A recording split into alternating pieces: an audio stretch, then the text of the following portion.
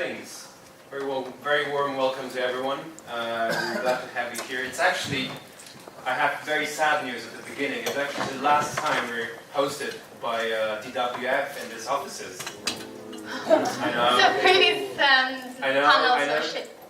So definitely after the panel discussion, do appreciate the view because it's the last time that you're going to see it, at least at PLUGinLONDON. Tonight we will be talking about business benefits of Internet of Things technology. Some of you might be familiar with the technology, with the whole movement actually, because it's more than just a technology. Some of you might not, but definitely please take advantage of our wonderful panel. They're not here, but I want to thank all our partners because they're really helpful in organizing every event. We wouldn't be able to be where we are without them. Right here. Thank you to everyone. So without further ado, because we are over time already, I will hand it over to Kamila from Amuse, who will be moderating our panel tonight. Enjoy. Thank you, Mady. So what we are going to do here, we will have around 40 to 45 minutes for discussion panel, and then we will welcome some questions from the audience. We will, as Mady mentioned, we will be discussing the applying IoT technology in businesses, and also we will mention about how it affects our lives. And so without further ado, I would like to welcome our panel, Mady Korada from Financial Conduct Authority. We have also Dean Demellweek from BNP Paribas. Sorry. And we have Ahmed from Investec. So what I would like to ask you to talk a bit about your experience, what you are currently working on, and just to give us some indication. So, you want me to start? Yes, sure. Okay. So my name is. Can you hear me, or is it okay? Please use a microphone Let's use the one. for the recording. Okay. Can you hear me now? No. It's the same, huh? I'm sure there's a switch somewhere. Try this one. Probably you're lucky with this one. Oh, that's right. Hello? Hello? Hello? No? Try maybe this. There must be a switch somewhere, right? Oh, yeah. Hello? Hello? Yeah, okay, much better. So my name is Mady Korada. So I specialize in big data, innovation, especially in the financial services. So I am a director of Inpreci. So one of my roles was at the FCA, which is I think what people picked up probably from the LinkedIn profile. I'm no longer at the FCA, so I consult for FCA, so I can give you a very good view from the inside of what the regulators think and how they work as well, as we go along in the questions. So my experience is on both sides of the of the puzzle, if you will. What the regulators think, what the banks are trying to do, what the innovators are trying to do, where's the innovation coming from, and also working in strategy. I can actually see, we've done some work where you see what is coming in the next 5 to 10 years, and what are the things that regulators are interested in, what are the banks are interested in, things like that as well. And then I'll talk about some other stuff. I write, I publish, I tweet, all that stuff, but if you're more interested in that, we can talk about it afterwards. Thank you. Yeah, sure. Again, my name is Dean Demellweek. I work in BNP Paribas. I'm an innovation digital strategist covering the marketing, blockchain, and IoT. I think blockchain plus IoT is actually great. They're great actually fits to be there, spaces. And I see the IoT, like it's not big, it's huge. It's coming, but there are actually, as you said very well, actually big of the threats from hackers. But I look at positive things. That I think what we are going to witness is more like a personalized thing, like when you for banks to offer the clients personalized services. And so I can talk about the further about the Internet of Things and how blockchain actually will play into this. Hello everyone, I guess I complete the three. So my name is Bill Ahmed, Billy short for Bilal. I currently work for Investec Bank. I head up a new digital business that they are intending to launch. So I look after product marketing, customer and design. My background is ex-WellPay, ex-Barclays. I've launched 7 products from soup to nuts. So very passionate around solving customer problems and giving them the ability to solve problems in ways that they didn't know can be solved. And the Internet of Things is potentially a great enabler to drive new experiences and drive new products. So, thank you so much, guys. So, as you can see, our panel today is quite unusual, and the guys have both deep experience in fintech and IoT, so that will be very interesting to get understanding more.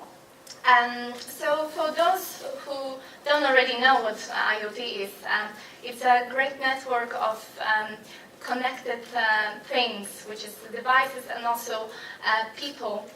And the relationship will be people, things, people, and things. So the analyst firm Gartner estimates that by 2020 there will be 26 billion connected devices, and some sources are even saying that it can be up to 100 billion.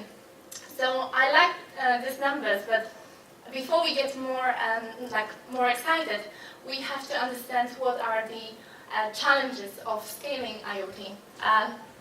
So I would like to ask you guys, so could you explain a bit more what the Internet of Things is currently for businesses and for us, and why there is so much hype about it? So, Sure. Okay.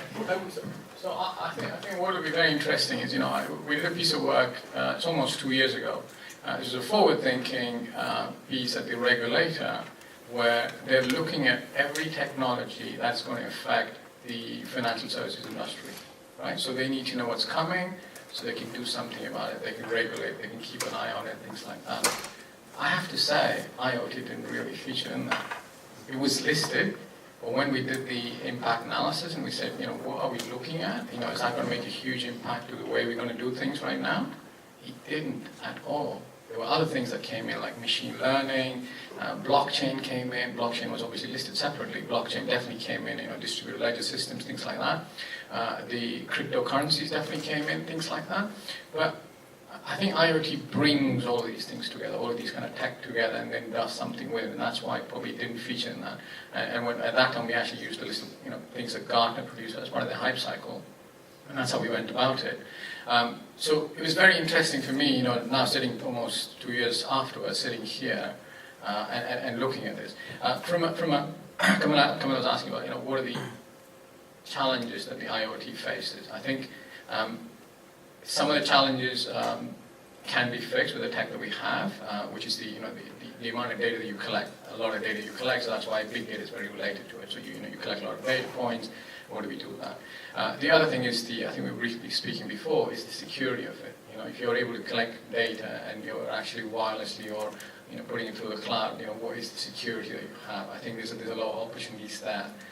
In terms of understanding how the security is going to work, where you're going to put these devices, who has access to them, what if they steal that, will they be able to send some information into your networks and stuff like that. So that's the other thing that I see.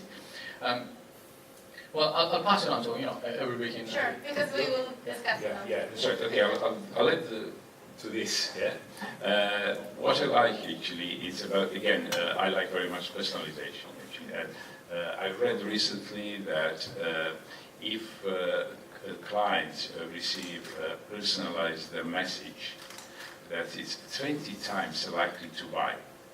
So can you imagine? So when we actually now add IoT into this, let's say so contextualize this message and actually send the right message at the right moment to the right client. So it will be powerful. So this is something that I would add to this. The other thing, how I see, why you're saying it's hyper, because it's really, again, it's real time. It's real time, but what I would like to emphasize that it's full. We are collecting data, but we are collecting data from clients and to clients. So both ways. So I don't see actually. So we are just collecting data from clients, but we're collecting data and push to clients. So you bring a benefit, like healthcare. So we collect the data through watches, and after that we push actually benefits to clients, so that clients can live longer, 10 years. Let's say, yeah. So it's a huge benefit, and clients will sign off actually for this. So this is how I see actually. So the benefit for a company, but benefit for clients. The other thing, what I see actually, it's coming, and we are witnessing this at the moment actually, that we are moving from a product to services. So the IoT will actually speed up this actually wave, so from product to services and to experience. And this is what we're witnessing. So I think advertising, marketing, branding will be affected with this. And the other thing what I would like to touch is the business models of the future. So the IoT will fundamentally change the revenue. And I can talk after that. Yes, we have many questions. Thank you. Okay, I guess from my perspective,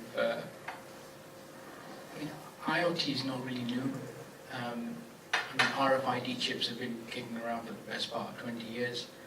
The price points back then was very expensive, lots of dreams being sold to retailers that we can tell you in real time what type of product is being sold, and the ability to go to your supply chain and do orders and be efficient. It's taken many years to get the price point down to a point where it's now quite insignificant. The stats about connected devices, again, it goes on definitions of IoT as well. We're still, in my opinion, quite immature around programmatically software speaking with software. Is that a form of IoT? And then adding in the sort of people-machine sort of part into the equation as well, it feels even more immature. There's going to be a lot of failures in IoT, obviously a lot of hype, people running after shiny tech, but I bring it, in my humble opinion, back to customer or consumer. I see things like Google Home, Alexa, Nest, Dropcam, these types of stuff.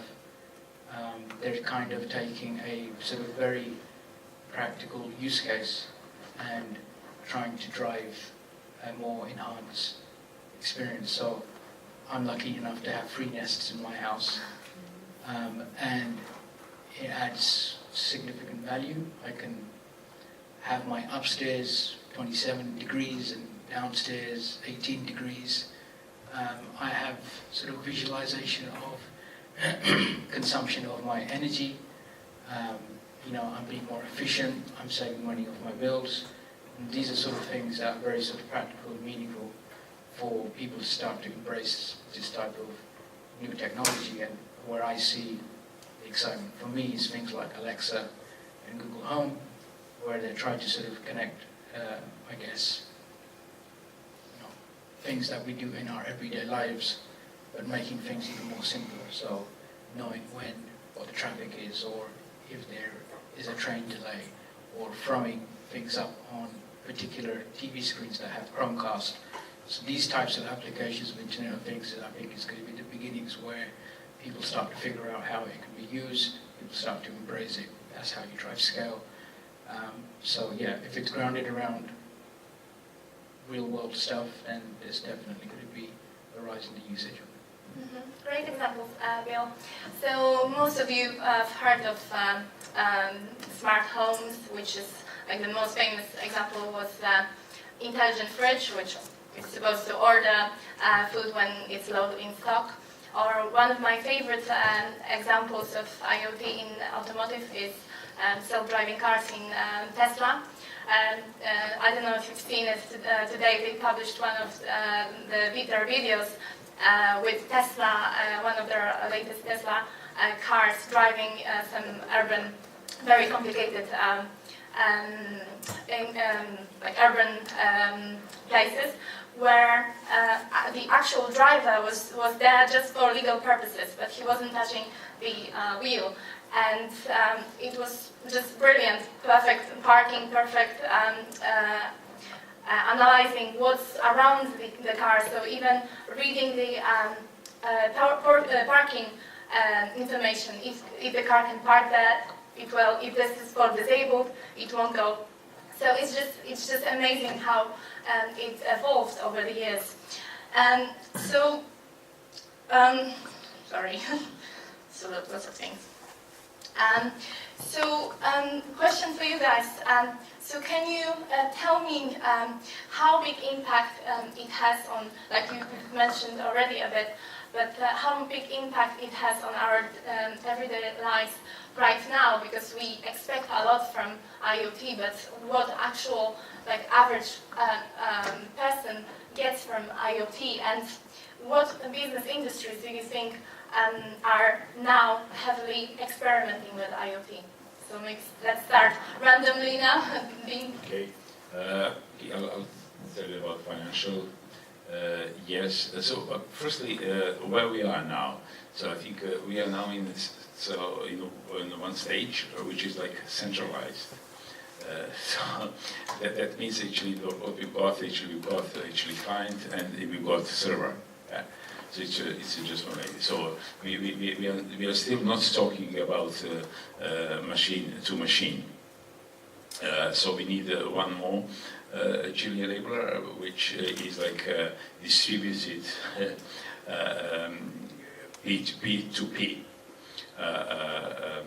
protocol. So, and at that time, actually, we will have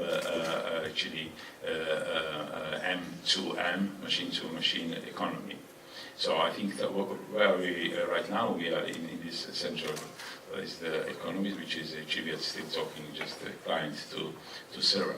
And let's say in the financial industry, the big benefit is actually for, let's say for my clients, it has personalization.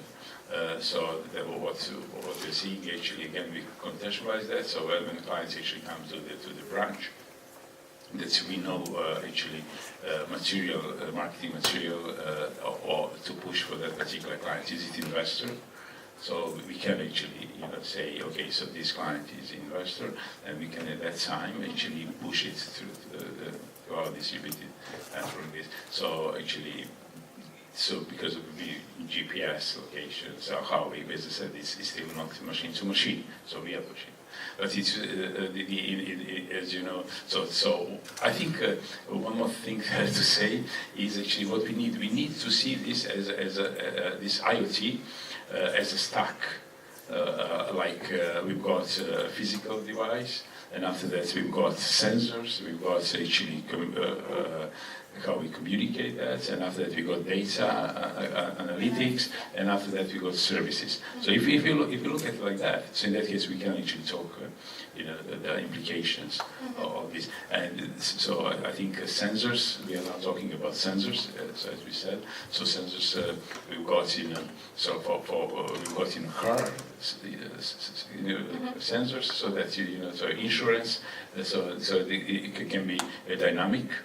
So, but there is a problem actually. So who is in the car actually? So we don't know at the time. It's sensors just gives the data. So, but this is quite benefit for insurance industry. And I know the friend of mine actually. So he's.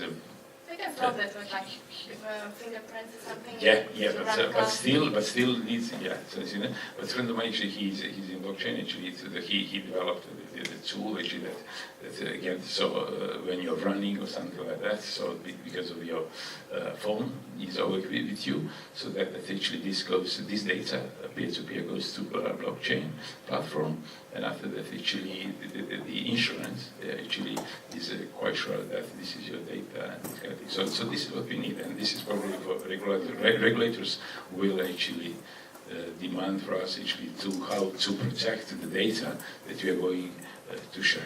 Okay.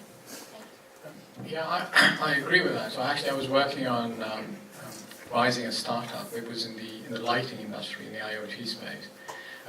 The thing that they didn't have is exactly what you just described. Is, there's no platform, there's no consistent platform to be able to talk across devices, across networks and things like that. So right now, if you bought I don't know, Samsung or a Philips bulb, and they give you like a little app, you only control that. You can't control another light bulb from another provider and things like that. There's nothing that allows you to do that. And the ecosystem doesn't exist right now where you can actually plug in any device, any sensor, and be able to intercommunicate. And I think that's what's lacking. Once that happens, I think it'll explode. Till that happens, I think the big players, the Samsungs, the Dells, the Ciscos, the Microsofts, all of those boys are going to keep it very, very tight, including Google, right? So probably Google are probably slightly an exception. They'll open up a little bit of it, but till they start doing those things, I think we're going to see, development by the big players, and then there'll be some congregation at some point in time. But it didn't take off. So just to give an update on the startup that I was advising, they didn't. I think it was a bit too early, to be honest. I think it was a bit too early. Again, in terms of what the benefits are in the efficiencies, right? And again, how some of the businesses have actually costed for these utilities that they already spend. Sometimes it's not their top priority right now. Let's go and look at efficiencies for these kind of things. So I think it's that the momentum needs to build. There needs to be that interoperability that we talk about. It needs to have more players come into the space. 50, 100 billion devices by 2020, whatever numbers you want to pick. But a lot of them are still, mostly mobile-based. Your mobile phone-based, I think, is what I'd say. Most of them are. Most of the count comes from that. There's very little elsewhere outside. But then again, I agree with Bill, where we're saying that some of the stuff has existed for a long, long time. It might not be connected in pretty much real time. There were stats. If I don't know, if you look at the transport industry, how many times a coach goes in for servicing and repair and cleaning and all that kind of stuff. So they get the stats in, and then they go back and based on those stats, say, okay, fine, we'll define that the maintenance schedule is 1 month and not every week. So they have done those things. It's just not as real time, as not efficient as it could be, and things like that. So at the end of the day, the data points that come out, you need to crunch that information. You need to recognize a pattern. You need to come up with an efficiency. I think that's what IoT is all about. It's all about better efficiencies. In effect, you change the business models, and in effect, you change the customer life cycle, and that's why the products are made. To touch upon something else that we talked about is, who's going to be making the most money out of this, right? Who's going to benefit from IoT? It's actually the device manufacturers. They're the ones who are going to make the biggest buck out of this.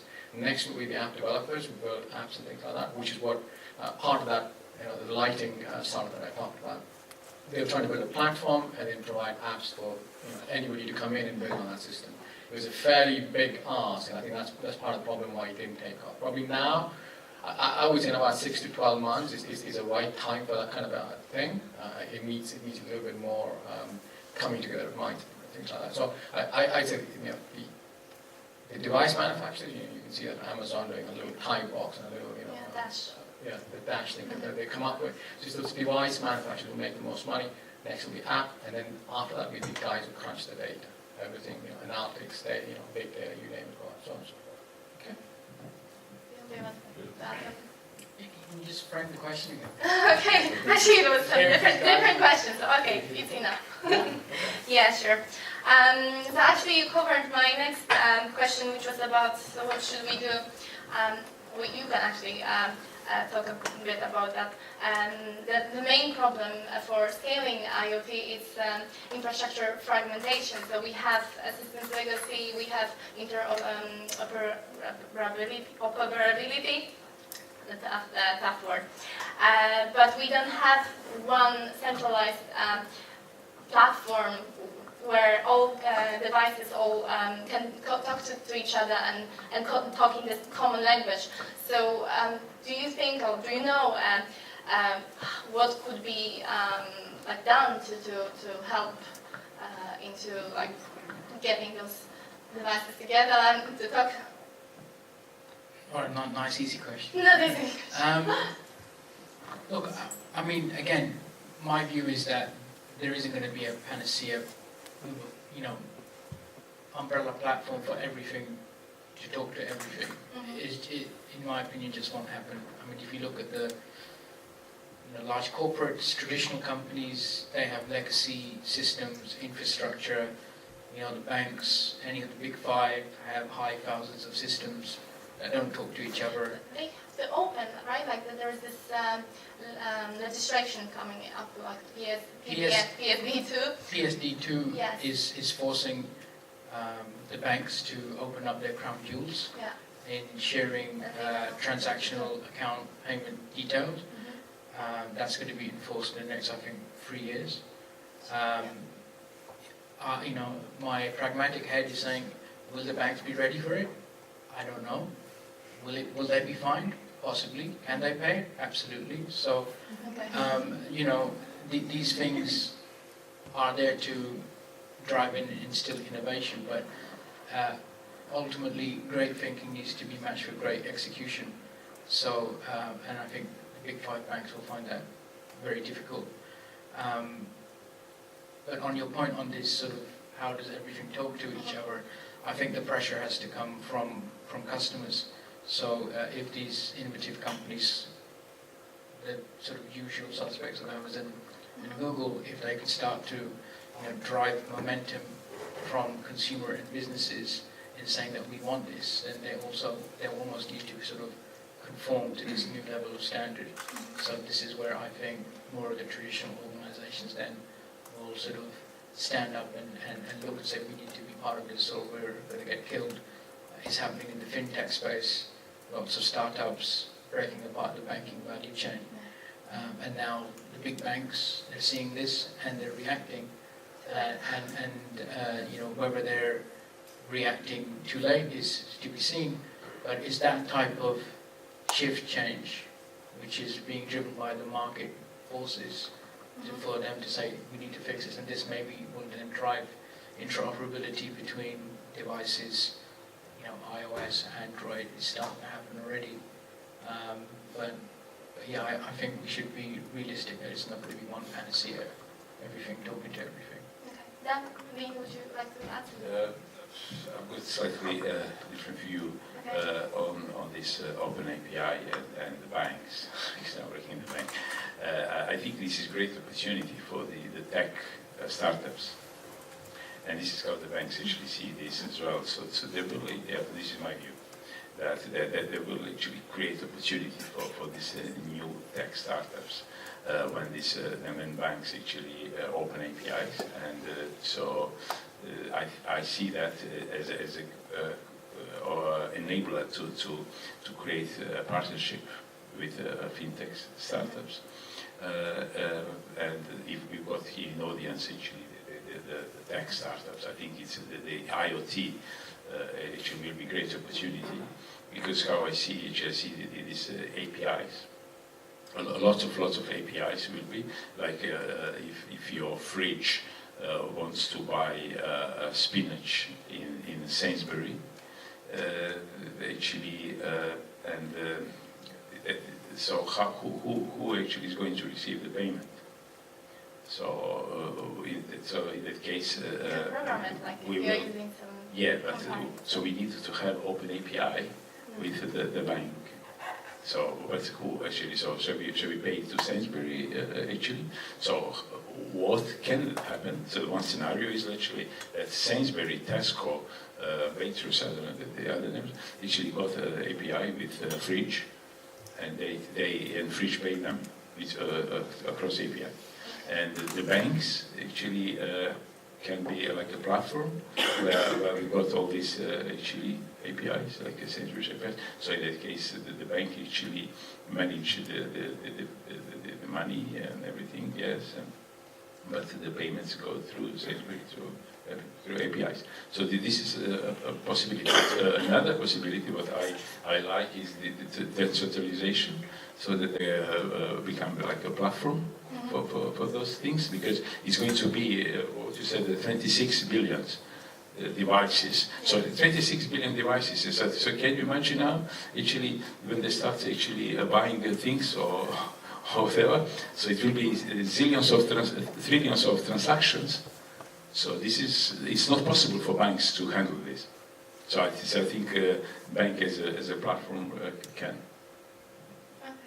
Okay. We can Sure. go to another. I think it's enough covered.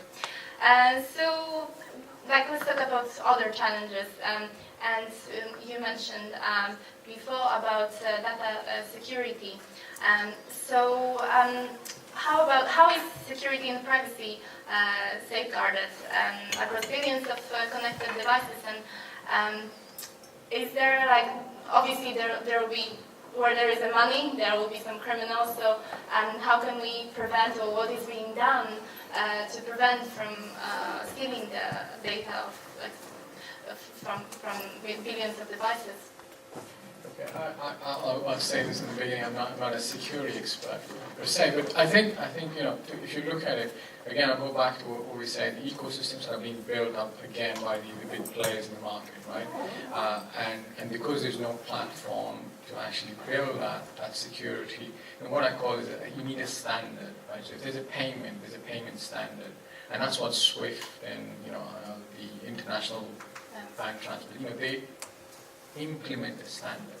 Till we get a standard, I don't know, whatever you want to call it, IEEE something, or whatever standard that happens to be, until IoT starts having those things. And that's when security gets built up on top of that. You say, if I need to do a transaction to, from my fridge, Samsung fridge, to a Sainsbury, there needs to be a transaction, there needs to be a standard. It becomes part of the payment standard, or becomes part of the IoT standard. Again, there has to be that interoperability between those things. And unless we get those things, the security doesn't get built up right now. Right now, we're at the mercy of the big players, the Googles, with the Nest acquisition, things like that. That's what I see them all going towards from that point of view. But I think it also offers a lot of opportunity at the same time. Yes, there's not a lot of security, and I think that's where I know some of you guys are in the startup community. You're looking for ideas, you're looking for things where can we get in on the IoT space. I think that's where. So if you can come up with a standard, it doesn't have to be a standard for the entire industry. We don't need everything to populate everything. So the thing we were talking about is, if you just look at lighting, and if all the lighting devices could talk to each other, that's great. That's great, right? So that's enough from that point of view. And all the refrigerator type systems, can they talk to each other? That's good enough. So I think it's to look at those opportunities, but then again build the security in that. Can somebody listen in? What happens then? Can somebody go use your fridge and then order all kinds of stuff and stand up alone? Get those kind of things. Order normal cooking instead of exactly. Yeah. I live in Greenwich. In fact, I saw it was just about a month ago. I don't know if you know. They have these. I don't know, look at the right word. It's this little box. It's an ice box. It's a remote. It's remotely controlled. It'll actually make deliveries to your home. They're actually doing the pilot in Greenwich. And I just saw one walking, just going around. So it'll actually go just like a human being. Is it Amazon? There was one. So the company that's actually doing is actually a Scandinavian company. What was the name? I can't remember the top of my head. It's a really funny name. I think I've seen Yeah, it is a start. So, but they are doing it on behalf of Amazon. You're right. Yeah. But that company's doing it, and basically it's just like a little ice box, like a big ice box where you put all your drinks and food and all that on wheels. It's got a little antenna. It'll go stand in front of a traffic light, not a traffic light it's a traffic light, but for a person, it'll know it's turned green. It'll stop in the middle part of it. It'll turn right, turn left again, wait, and then go. It does everything. You'll be amazed what those devices can do. And again, it's the security, right? What if they drop it outside and somebody just picks it up from outside, things like that. So it is very nascent right now. So I think these are the big challenges we have. Mm-hmm. Okay. So I think Security. you're not security. Okay. Maybe, Dean, can you tell us more about like security in terms of what governments are doing in terms of securing the data, yes? And what are potential threats? For what the governments are doing, yeah, it's a good question. I read this morning, US actually government saying something about these threats. Because it's not about IoT, but in general, that's because it's a big issue, as you know. So it's 2 weeks ago, Cybers, the SWIFT organizing the conference, and the colleague of mine who was there, I wasn't there, a colleague of mine told me that actually the issue, the topic that dominated the whole Cybers week was cybersecurity. Can you imagine? So cybersecurity actually, and this is going to be a problem with IoT things. I read recently that Gartner said yes, we will have something like 26 billion devices, but what they said that 25% of those devices actually can be under the risk. Or attack, some kind of attack. This is their prediction. 25% is quarter of some kind of attack. Because let's say you mentioned lighting, so let's say you got the light and you got your devices, and so can you imagine if someone actually hack the light, and after that get into your phone and get to your bank. So you can imagine, but so this is the problem. Actually, how these smart devices actually will be protected. And what I said earlier, I just read the article of the U.S. government actually saying that the banks, it's about the banks and the cybersecurity. The banks needs to have a plan that they can recover in 2 hours. In 2 hours. So this is again something. I don't say Billy, you know that better than me. But so it's scary for me. In 2 hours, they have to do it. Okay. Okay. So this is my observation. Sure. Thank you. So let's imagine. So what shouldn't be connected to IoT? Obviously, we are thinking humans because this creates some kind of risk, and even Stephen Hawking and Elon Musk are warning about robots and artificial intelligence. But do you think it's like we are doomed to be interlinked with like people-machine, or like do you think it's presenting a real threat, or there is going to be like bigger benefit to be robotized? Okay. So just to answer your question, I'll actually add a little bit more to that. Not everybody, people, things, sensors create data points. So what I call data creators. Then there are people who collect data, right? There are people who harvest data. And then there are people who aggregate data. So that's a chain. We have a chain of the amount of detail that you have at the lowest end is very high.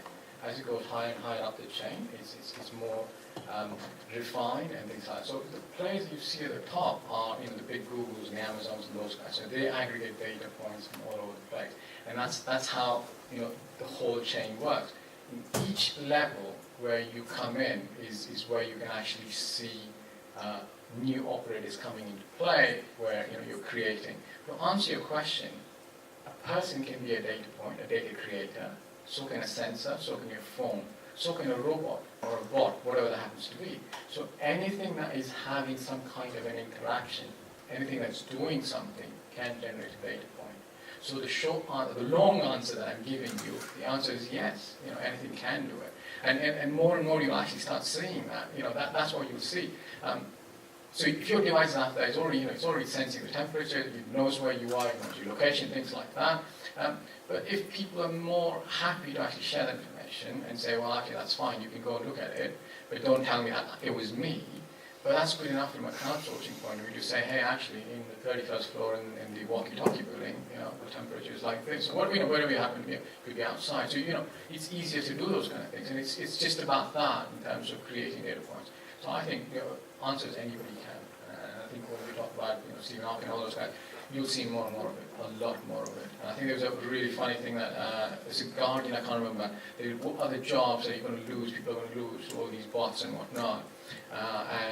It makes very interesting reading. I don't agree with all that stuff, but it makes very interesting reading in terms of what jobs people will lose out or roll.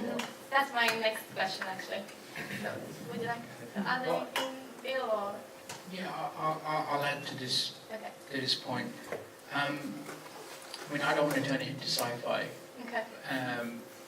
But as a human Maybe race, they're sleeping a bit, so maybe we need to embrace this new stuff, and we shouldn't be thinking that because everything is connected, then we're all doomed.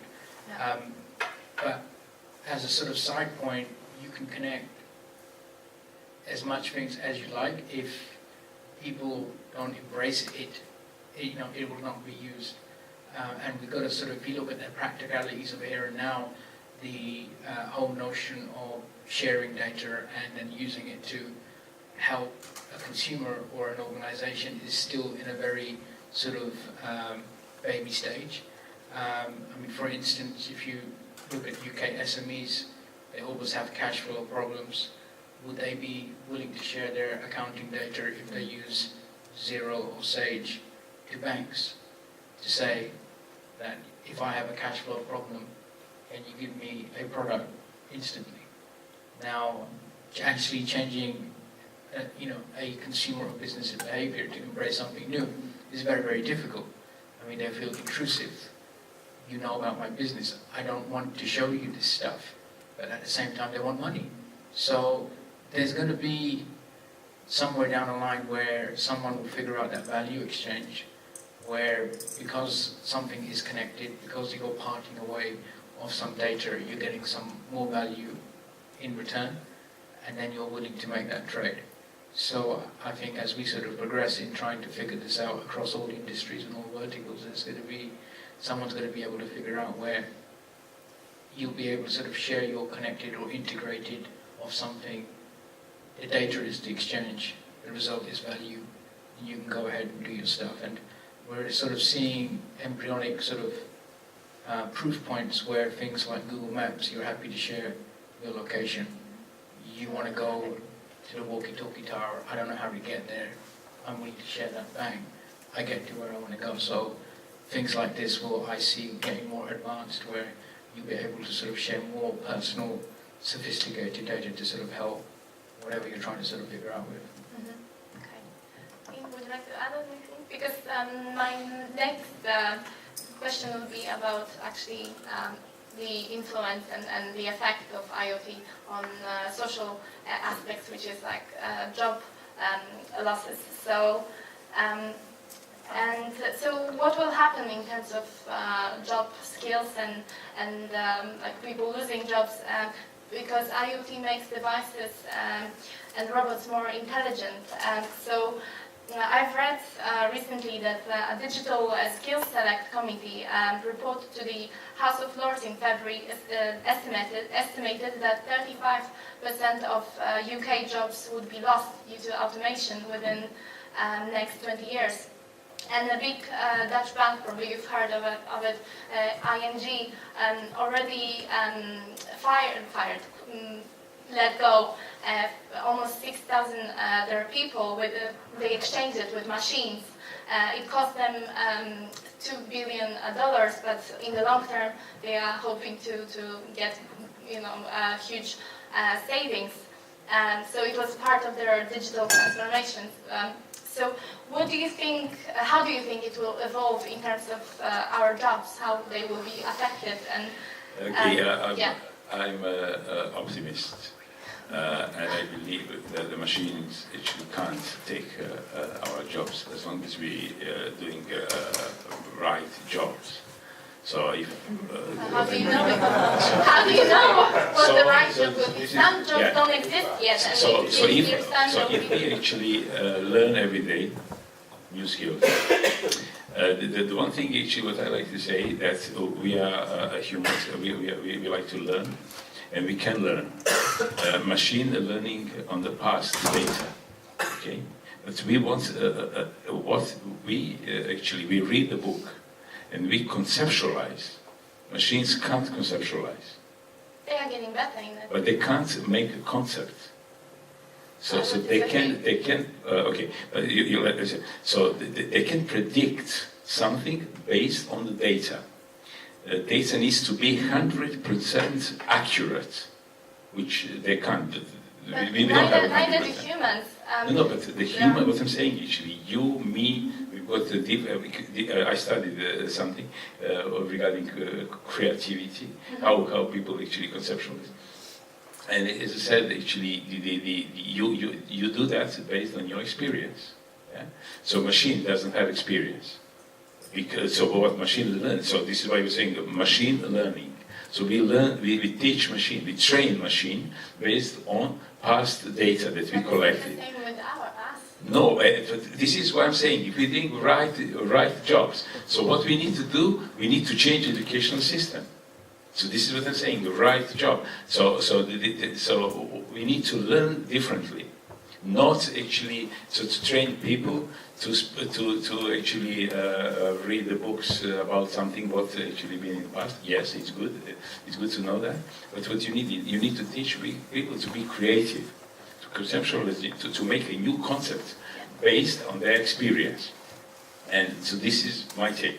Okay, but I'm not saying that. But what I'm saying here is a young generation in the audience, and I think I can assume that all tech guys, and the machine can't actually defeat them. So what actually did there in banking? Okay, I'll just quickly actually elaborate on that, because obviously yes, banks' margins are squeezed, as you know. So what because of efficiency, they need to improve efficiency. And now they're trying actually to reduce the number of jobs that actually, a robo-advisor on its own can't work. Yeah, I know, so we got robo-advisors, so the robo-advisor can't work on its own. So it just gives me advice, so what I can actually do. But so we got machines who are writing a piece of research. But this piece of research is based on something that they're predicting, because we train machine to predict something. But what I'm saying, if we are doing right job, that means that if we are doing right something, that I actually conceptualize something in the future based on my previous experience and knowledge, and because I learned something today talking to you or whatever, and this is for me right job, and machine can't learn. So machine can't write my blog. Okay, because it's something, and you see, this is a human, and this is human, and this is my take. So probably took too much time, but just to explain where I am. So, yes, I'm positive, but yes, machine will take those jobs that are actually repetitive and they're not, as you said, creative, but not 100%. So we're still okay. We are still okay. So shall I disagree with you?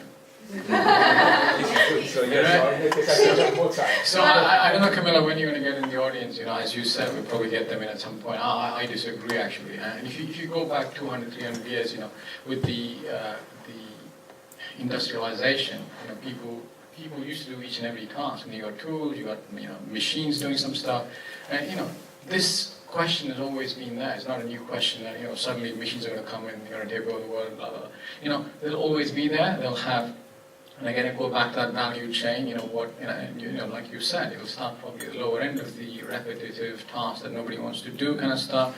But you could have said that when computers came out, right? Personal PCs came out. You say, oh yeah, all of you, we don't need these accountants anymore. You still had accountants still sitting on the computers doing that kind of stuff. So it's not going to completely overtake the world, but it is going to make a huge, huge difference.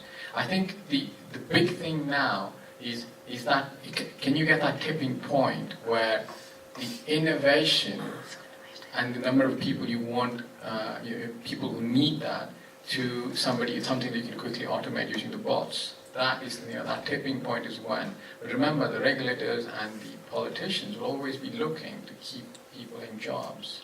So that's the other thing that they do. So if you look at some of the tech that the car manufacturers have right now, it's actually not being released to you. Right? So what you're seeing, they are capable of doing much, much more things, and that includes the chips as well. So what you see right now, they've probably built something that's 3-4 times faster, but that's not released out yet for you guys to see. So there's all of that stuff, but then they also make sure, as part of marketing, as part of product development, all that, they will release it as they go. They will make sure that, if they release a phone that's 5 times faster than, with the current phone today, it'll decimate their business models and stuff like that. It'll decimate jobs and stuff. So there will be some of that normalization, if you will, in terms of what that happens. Sure. So it is going to be, it's coming. Okay. Sorry, it's coming. It's it's coming. coming. Machine. Okay, I don't think. Maybe they're already here. Yeah, probably. I mean, I'll keep it sort of strictly sort of from a business perspective. I mean, the bottom line is that the biggest cost for any business is people, and they're going to reduce cost. So I think, as individuals, we have to make decisions to be relevant in where the world is going. So you either move at the time, so you don't. And the people that do tend to be sort of more relevant and more successful. I guess the approach is also is that, again, it's all around efficiency. So, some organizations have armies of people, call centers and so on, that support a particular business process, what technology, Internet of Things, or what have you, it sort of, streamlines and creates a sort of very lean organization. I mean, you have now modern organizations that can support and service hundreds of thousands of customers with tens of operational staff, which previously the same organization would require thousands of operational staff. Yeah, I've read even, sorry for interrupting you, but I've read recently that Amazon needs only like 2 seconds to serve one client, one order. Yeah. I mean, again, Amazon, Google, their philosophy from the beginning was no human. I mean, there's no way to contact them, there's no phone number. And this is very much around to reduce cost footprint. So this will continue to happen. Things will become more efficient.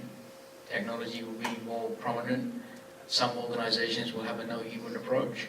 Some organizations will have a sort of hybrid approach where a human could be empowered by very powerful tools to go through and do many, many things that would typically require tens of people. So I guess that's the way the world is going. So something that we need to be aware of. Sure. Great. Thank you so much, guys. We just have a few more minutes left, so maybe let's get some questions from the audience. Shall we get the microphone? Do you have some questions? I have a question. So we spoke about self-driving cars, right? Which is Sure. quite of a hype about that right now. Tesla is making one, Google is making one, Apple is apparently making one too. So what I was thinking, if we consider that as a device which is working within the space of IoT, but it also does make its own decisions. So I was wondering, so for example, what's your opinion on that? So you are in the car, in a self-driving car, and the self-driving car is going straight for an accident. And there are two options. Or it's going to kill you with itself, with the car, or it's going to kill other people. How should we approach issues like that? Well, I mean, I think that we're kind of already in there right now with sat-nav. So, you're following the instructions of the computer or your app or whatever, and it's telling you to go right, and if it's on the edge of the cliff, I think the human always has to have ultimate override and have the common sense to intervene where it needs to. I guess as the self-driving car becomes more adopted, we're going to see more accidents. There's going to be a lot of media and sort of fanfare around those unfortunate incidents, but car accidents do happen. For me, the human has to have ultimate override, and in sensitive positions like that, I don't think it's a good idea to be completely automated. Yeah, I see the machines as a friendly assistant. They are not fully actually automated. So the car, actually, what you're talking about, the Google car, the Apple, for example, I think it's good in certain sense because it enables actually people who can't drive to go from A to B. Like me. And so they switch actually from like okay, I'm a driver to take mobility. So lots of people actually, the disabled or whatever, so they can actually go safely from one place to another place. And other people who say, I don't drive, so I can go actually and enjoy ride.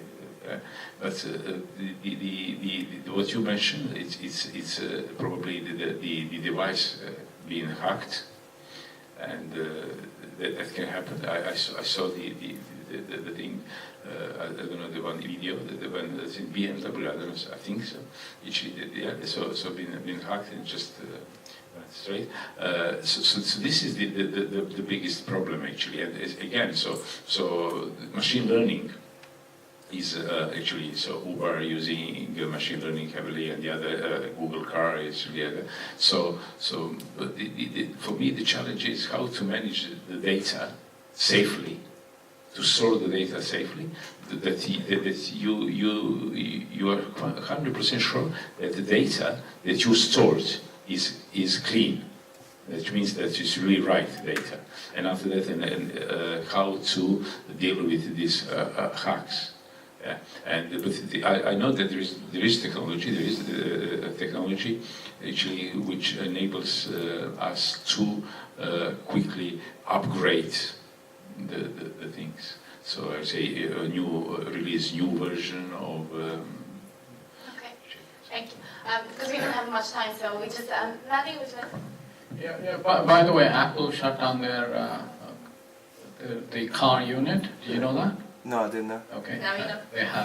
They have shut it down because of regulation issues and stuff like that. You're always going to have that, guys. You're always going to have somebody comes in, somebody, there's going to be aggregation of all things. So I think you asked a very interesting question. Where I don't know if you've seen the movie I, Robot. You've seen that movie? A while ago. It was based on Asimov, right? Yes. So if you actually see that, there's a really interesting thing about who makes the decision at the end of the day. It's the robot who makes the decision. But do you mean the law of robotics? Sorry? Do you mean the law of robotics? Yes, so I think that's what they talk about. I think 3 rules. I can't remember exactly, but it says the human always comes first. You got to do that. You can't harm the human. So I can't remember exactly, but there is that kind of stuff. But it's very interesting. They've already talked about all these kind of things, and if you haven't seen it, I would suggest go have a look. I think you'll see what's coming. Right. Yeah. Thank you. Next question. I just want to add to this. I think this what he talked about the ethics dilemma of what should be the decision of the machine. Comes exactly from the Asimov's laws for robotics, right? Because the humans come first, so it should not kill any human. But if the decision is between killing you in the car or killing the pedestrian, Question is which humans? There's no other decision that the car can make. Which decision will it take, and how do you program in ethics? And I don't think that's about hacking the cars, right? There can be a situation on the road that from the laws of physics, the car cannot really make any other decision. Someone jumped. For example, and someone's sleeping in a car. Yeah. Sure, now the Tesla's model is that the self-driving is. They talked about like levels of self-driving. So for them, they still have a steering wheel, they still have the pedals, so the human can take over. Google's version is no steering wheel, no nothing, right? Yes. The person can sleep in the car and they cannot do anything. And that's probably going to be the case in 10 years, that all cars will be like that, right? The driving will be a sport, which is very expensive, somewhere on the racetrack. You won't be allowed to drive on the road. So those ethical decisions will be a very real thing. And that comes first. Ethics. the what comes first? Ethics. Yeah, but like, what's the ethics? Do you kill the person in the car or the? Equally So that's the problem. important. Catapult the patient, the person in the car. Catapult him and Right. like destroy the car. Okay. Okay. Create a startup. Well done. Okay. Somebody there? Yes. Okay. Side of the establishment to coming in and actually try to connect those devices and enable the connectivity between them? So the answer is that is a great opportunity right now. So that's what I was looking at last year, beginning of last year. There was a lighting industry. There was no standard. So there's no standard which says, the light's on for this long, and it's the lumens it's producing, and that's the heat level that it's got, the temperature, which means I'll have to either shut it down or whatever. All of those standards don't exist. So you need standard, and then you need a platform on top of that. So, and I think that's where that startup kind of fails. There's no standard for people to follow. And if there's no standard, like I gave an example, like a SWIFT network, there is a standard exchanging bank details and SWIFT codes and whatnot, and that allows you to make a payment or receive a payment. That doesn't exist. I think that's where things will see. But if some innovative startup comes and actually solves the problem, even in a reasonable way, I think the big boys will start swallowing them up. I think that's where it is. And when I mentioned that, you will see a lot of these will be in the devices space. The biggest money will be made in the devices space, and the devices need platforms to work. So right now they're all siloed platforms. So the short answer is yes. Okay, and then last questions from the lady, and then we will have more questions in the networking later in the pub. I must say I expected something else from this talk, so I wanted to kind of maybe ask the question that was in the topic, which is how can businesses benefit from the IoT technology, as in how within office space you could deploy the IoT technology in sort of places like law firms, banks. Who would you like to ask?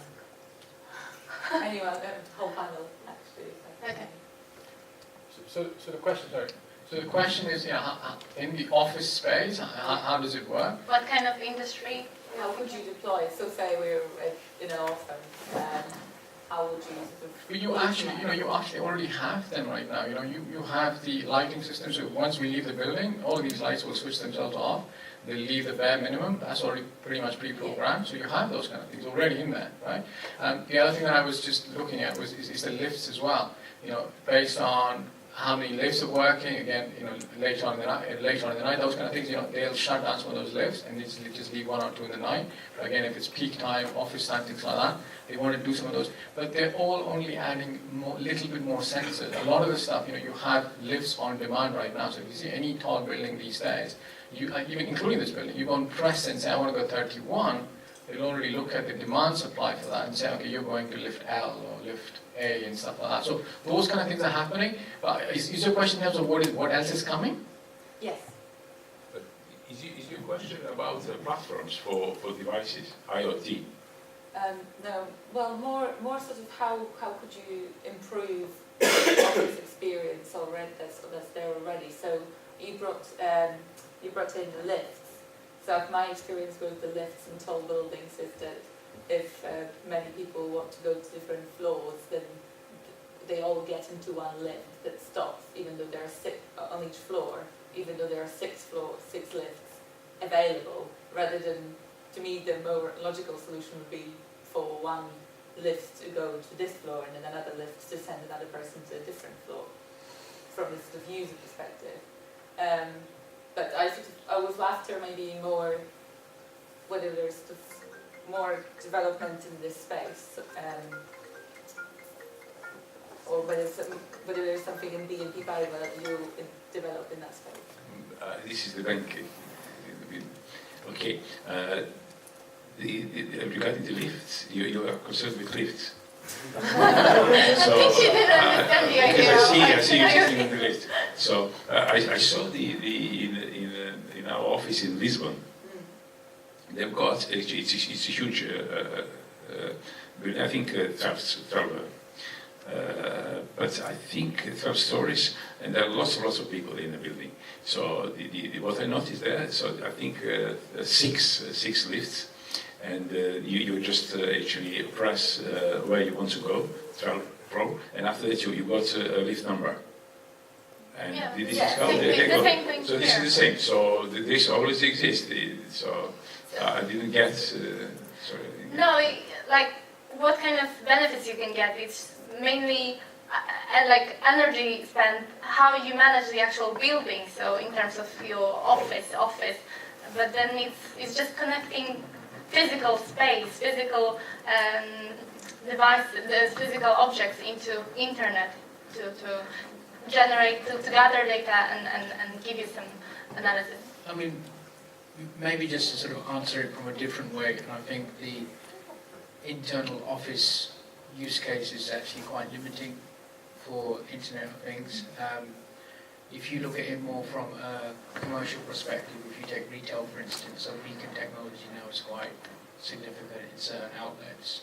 They are, if you have the particular store app on your mobile phone, you walk into an outlet that has a beacon capability, then the sort of shop attendant then has visibility of your personal profile, your preferences, your style, your size, so on and so forth, to give you more of a sort of personalized shopping experience.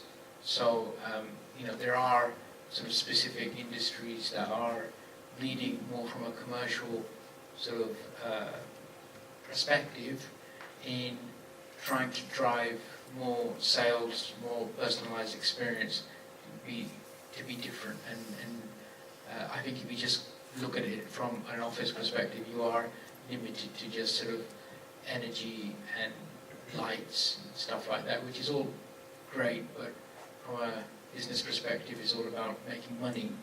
You save a bit of money, you look good in your corporate sustainability reports, but you're not driving the P&L. And I think, you just have to make a switch thinking around that. Right, thank you very much. Thank you. Please join me in thanking our awesome guests and Kamila.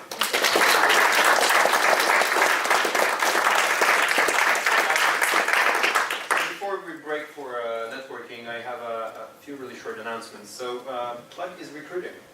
So if you are interested in joining us here in London, or perhaps you have friends in Wrocław, San Francisco, or Warsaw, please keep your eyes peeled for the newsletter, which will follow after the event in a couple of days. We will list all the positions or responsibilities that we're looking for. So if you're feeling like you can spare a few hours a month or a week and you'd like to contribute to the community and also gain from the community, please get in touch with us. So as usual, we have a bunch of drinks over here, and in about an hour we will make our way to a pub, which address was circulating on the presentation. And also I have, I want to encourage English speakers who are around us. It's mostly Polish, I know, but I do encourage all our English speaking guests. Please do break into the groups. Everyone here speaks English. We welcome you, and we want you to feel welcome and join the discussions also during the networking. So thank you guys very much, and see you in a month.